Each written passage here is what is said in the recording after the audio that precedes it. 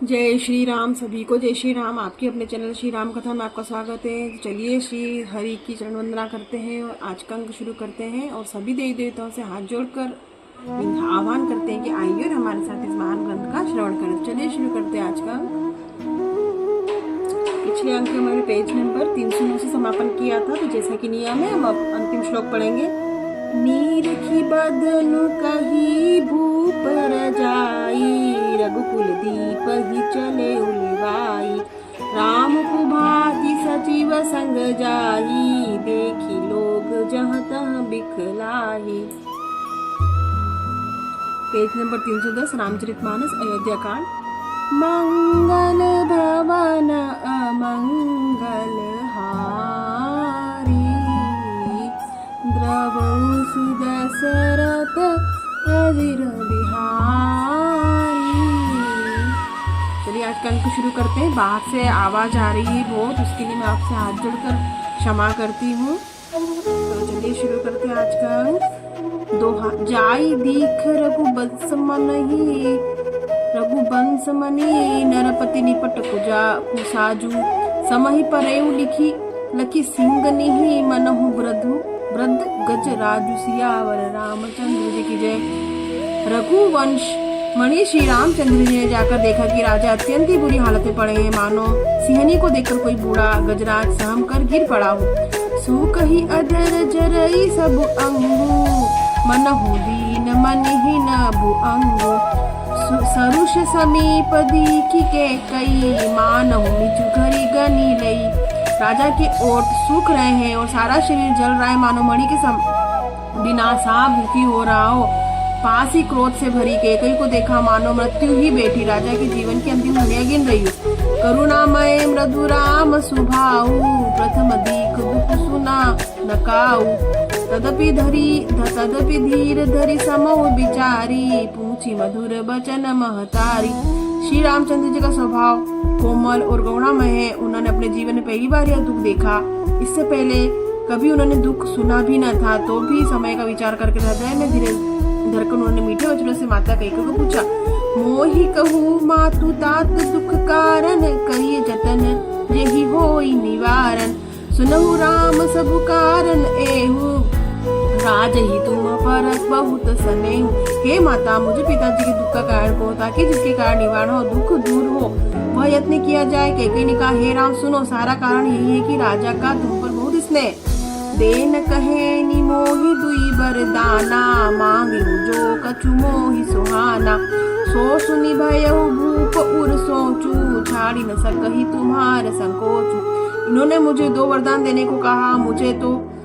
मुझे जो कुछ अच्छा लगा वही मैंने मांगा। उसे सुनकर राजा के हृदय में सोच हो गया, क्योंकि ये तुम्हारा संकोच नहीं छोड़ सकते। दोहा। सूत स्नेहु इत बचनु, उत संकट परेउ नरेसु। सखउत आयसु धरऊ सिर, मेटहु कठिन कलेसु। सियावर रामचंद्र जी की जय। इधर 2 पुत्र का स्नेह है और उधर वचन प्रतिज्ञा। राजा उसी धर्म संकट में पड़ गए। यदि तुम कह सकते हो तो राजा की आज्ञा शिरोधार्य करो और उनकी कठिन क्लेश को मिटाओ। निधरक बैठी कहि कटुबानी, सुनत कठिनता अति अकुलानी। जीव कमान बचन सरनाना, मनहु महीप मृदु लक्षण समाना। कैकेयी बेधड़क बैठी ऐसी कड़वी वाणी कर रही है, जिसे सुनकर स्वयं कठोरता भी अत्यंत व्याकुल हो उठी। जीभ धनुष है, वचन बहुत से तीर है और मानो राजा की कोमल निशाने के समान है। जनु कठोर पनु धरे शरीरु, सीखहि धनुष विद्या धर बीरु। सबु प्रसंगु रघुपति सुनाई, बैठी मनहु तनु धरी निठुराई। इस सारे साज सामान के साथ मानो स्वयं कठोरपन शेष वीर का शरीर धारण करके धनुष विद्या सीख रहा है। श्री रघुनाथ जी को यह हाल सुनकर वह ऐसे बैठी मानो निष्ठुर था ही शरीर धारण किए हुए हो। मन मुस्काई भानुकुल भानु, रामु सहज आनंद निधानु। बोले बचन विगत सब दूषण, मृदु मंजलु जनु बाग विभूषण। सूर्य कुल के सूर्य स्वाभिमान की आनंद निधान श्री रामचंद्र जी मन मुस्कुराकर सब दूषणों से रहित ऐसे कोमल और सुंदर वचन बोले कि मानो वाणी के भूषण ही थे। सुनु जनहि सोई सुतु बड़ भागी, जो पितु मातु वचन अनुरागी तनय मातु पितु तोष निहारा दुर्लभ जननी सकल संसार। हे माता सुनो, वही पुत्र बड़भागी है जो पिता माता के वचनों को अनुरागी पालन करने वाला है। आज्ञा पालन के द्वारा माता पिता को संतुष्ट करने वाला पुत्र है जननी सारे संसार में दुर्लभ है। दोहा मुनि कत मिलनु विशेषी बन सब ही भांति हित मोर ते ही मह पीतु आयसु बहुरी सम्मत जननी तोर। वन में विशेष रूप से मुनियों का विलाप होता है जिसमें मेरा यही प्रकार के से कल्याण है, उसमें भी फिर पिताजी की आज्ञा है जननी तुम्हारी सम्मति है। भरो तुम प्राण प्रिय पावही राजू विधि सब विधि मोही सन्मुख आजू जऊ न जाऊ बन ए सेहु काजा प्रथम गनीय मोड़ी मूड समाजा। और प्राण प्रिय भरत राज्य पावेंगे। इन सभी बातों को देखकर प्रतीक होता है कि आज विधाता सब प्रकार से मुझे सम्मुख है, मेरे अनुकूल है। यदि ऐसे काम के लिए मैं वन को जाऊं तो मूर्खों के समाज में सबसे पहले मेरी गिनती करनी चाहिए। सेव ही अरडु कलप तरु त्यागी परिहरि अमृत लेहि विषु मागी देव न पाई अस सम चुकाई देखु बिचारी मातु मन माही। जो कल्पवृक्ष को छोड़कर रेड़ की सेवा करते हैं, अमृत त्याग कर विष मांग लेते हैं। हे माता तुम मन में विचार कर देखो, वे महामूर्ख भी ऐसा मौन पाकर कभी न चुकेंगे। अंत एक मधु मोहि विशेषी निपट विकल नर नायक देखी थोड़े ही बात पिते ही दुख भारी होती प्रतीति न मोहि महता। हे माता मुझे एक ही दुख विशेष रूप से हो रहा है, वह महाराजा को अत्यंत व्याकुल देखकर। इस थोड़ी सी बात के लिए ही पिताजी इतना भारी दुख। हे माता मुझे इस बात पर विश्वास नहीं होता।